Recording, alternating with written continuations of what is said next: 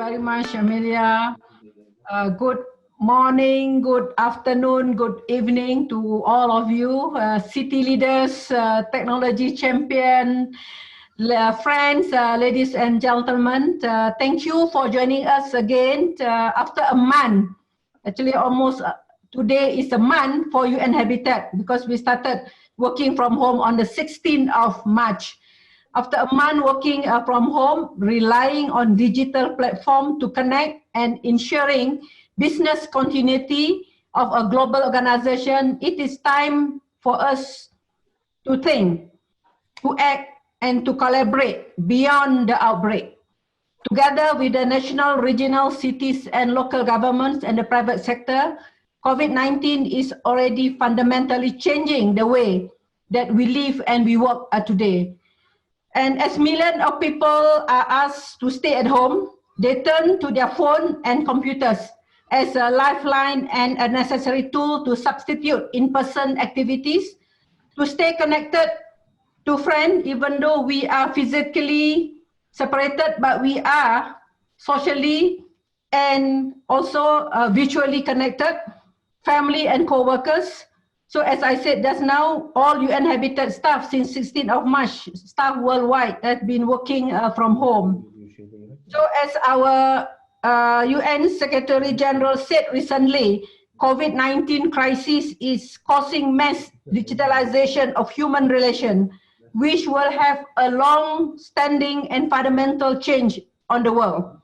The transition to automation, artificial intelligence, distributed working, and telemedicine will be speeded up.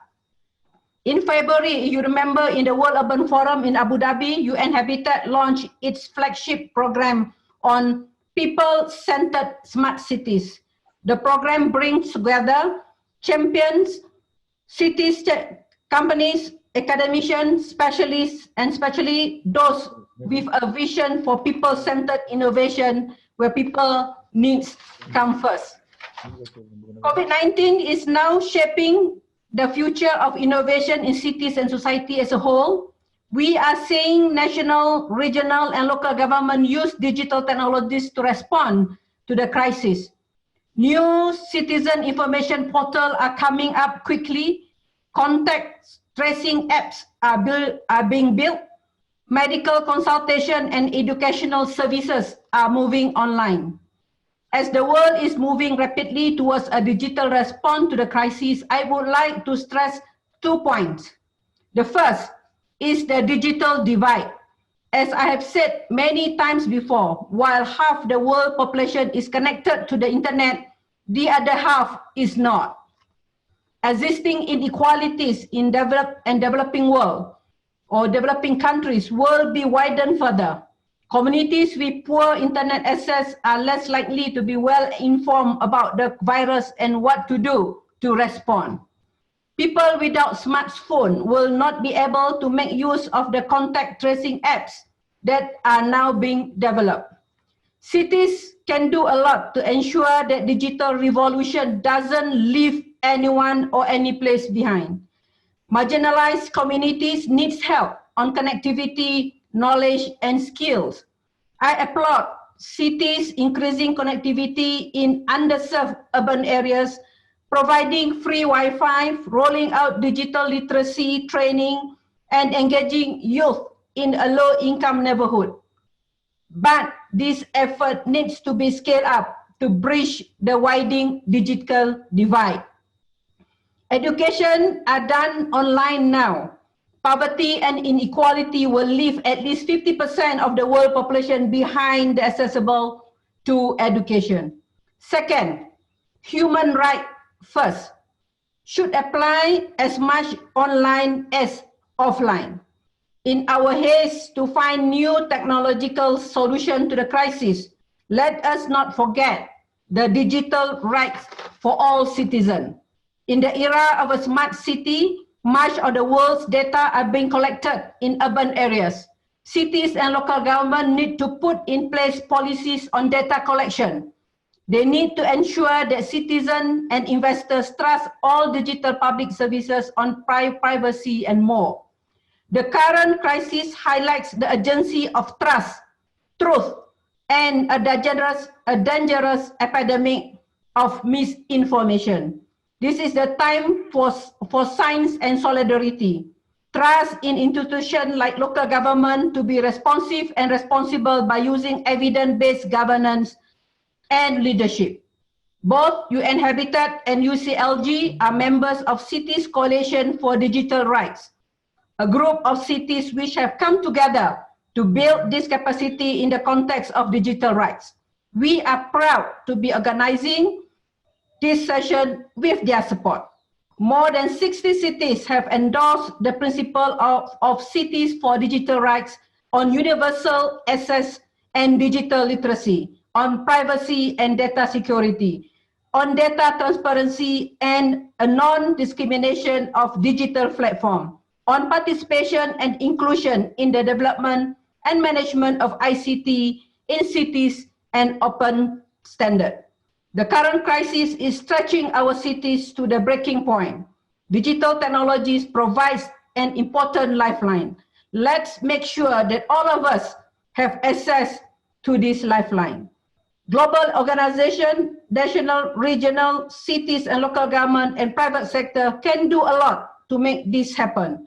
Let us not miss today's opportunity of building a more equal and inclusive digital world now and beyond the outbreak. Thank you very much for your attention, and I'm here, will be listening to all the discussion and the panel discussion this afternoon. Thank you very much, Emilia, over to you. Thank you. Thank you very much, Executive Director, for these inspiring words and also for recalling the principles of the coalition, which I think are extremely pertinent and very relevant to the way that we are facing this pandemic and to many of the discussions that I'm certain we are going to have today. And this is one of these things that shows us that is not, I mean, we didn't really expect this particular pandemic, but we knew one was coming because science was saying that it would come. That we have a digital divide is also not new, right? Because we knew we had it. The dimensions of it and the implications of it in facing a crisis like this one is new. And knowing that we have known these things for quite a while and that they are not new and that we have been thinking about them, I think needs to be a very critical part of the way we tackle the aftermath. And I really hope that the discussions today will help us do that. So we will exchange experiences, but we will also need to think about the aftermath. It's a very, very great pleasure for me to give now the floor to Annalisa Boni, the EuroCities Secretary General and Network of European Cities, that is also part of this coalition. Annalisa, over to you. Well, thank you very much. Can you hear me? You can hear me? Yes. Yes. Yes. Okay, great.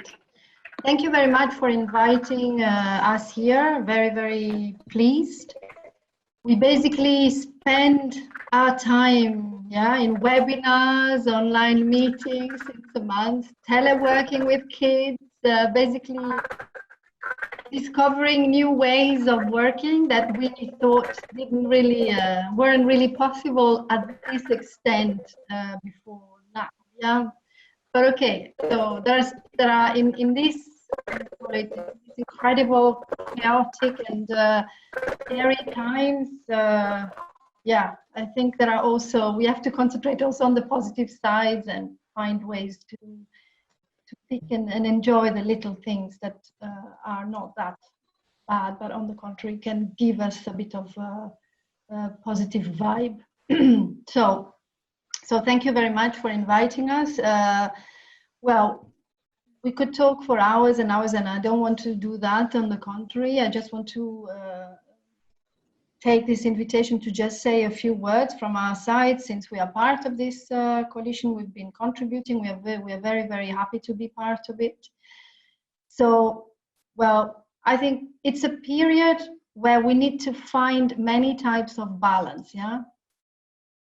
If you think it's like balance in terms of emotional elements, like being in constant fear, but at the same time being optimistic and positive for your kids and your future. Balance between extreme globalization and globalization as we've seen, and trying maybe to think of some sort of balance with relocalizing things. And as for today, using digital technologies on one side, but on the other side, really respect and being, strong with, the principles that we've heard about and all the sort of strong values that we all believe, all the people that are here believe are important and we all share. So, transparency, leaving no one behind. This has been very strong with our UN Habitat Executive Director. Openness, freedom of expression, protecting data, now more than ever. I mean, all the principles that we've been pushing for and we've been, telling, in our case, the EU to push forward and to make sure they, the institutions would respect, are becoming even more relevant now, even stronger. So protection, safety, security, openness, all this sort of very strong fundamental rights that I'm not gonna go into the details, but more related to tackling the crisis and COVID. It's really important now. We've seen so many examples of how digital technologies actually can extremely help. We've heard it from our friend from the UN. We are all teleworking, as we said. We all can access, or many people can access to public services. Apps are using for health reasons in terms of contacting how people move around and avoid that the contagion can spread. There's a lot of other apps and data that is moving around, and is Zoom. We use all these apps and everything. So we need to really strike a balance in that. So it's very useful, we've seen, but we really need that to make sure that for the future, as soon as we've heard this now partnership with people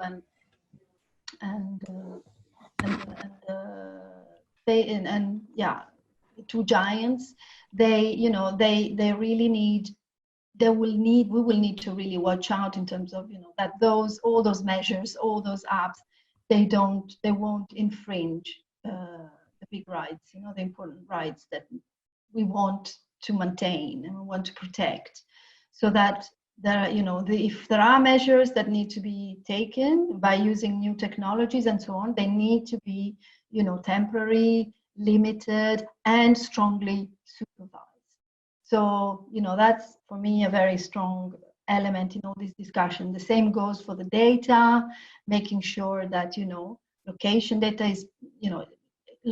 is personal data and therefore is subject to high levels of protection. We need to make sure of that and so on. So it's really trying to protect and to put a perimeter around all this, policies and all these possible, spreading of the digital. So fundamental, but we need to protect, fundamental rights. So it's really about the utility of that. I mean, we have, as Eurocities, we've created a platform now to collect examples from cities on how they respond to the crisis. If you want to go, it's covidnews.eurocities.eu. It's quite interesting. We've got really many stories by cities. So we do webinars like this one for members, but we also have this open platform with all sorts of examples, hundreds and hundreds. And you can see in the digital sort of category, you've got you can see all the incredible things that are all the incredible things that are being done. So it's really positive, but at the same time, as I said before, it's really important to, you know, be protective and make sure that everything is yeah, good for the, you know, for the ownership of data and all this and democracy basically and freedom. So yeah, this is the sort of introduction I wanted to make, but I'm gonna stay connected. So yeah, thank you again for inviting. Thank you very much, Secretary General, for those inputs. I take this opportunity to also welcome Secretary Generals of the regional organizations of UCLG that I see today are attending in numbers from Latin America, from MEWA, from Eurasia, etc. So thank you very much for being with us today. Some of what Annalisa has shared with us is going to be key for the discussion. And there is just a couple of issues that I would like to add and then give the floor to, or start with the next exercise. Let us remember that what this crisis is also showing us, and we are trying to demonstrate that with the use of language. We in UCLG and in many of the sister networks are not talking about social distancing, but physical distancing and social cohesion, right?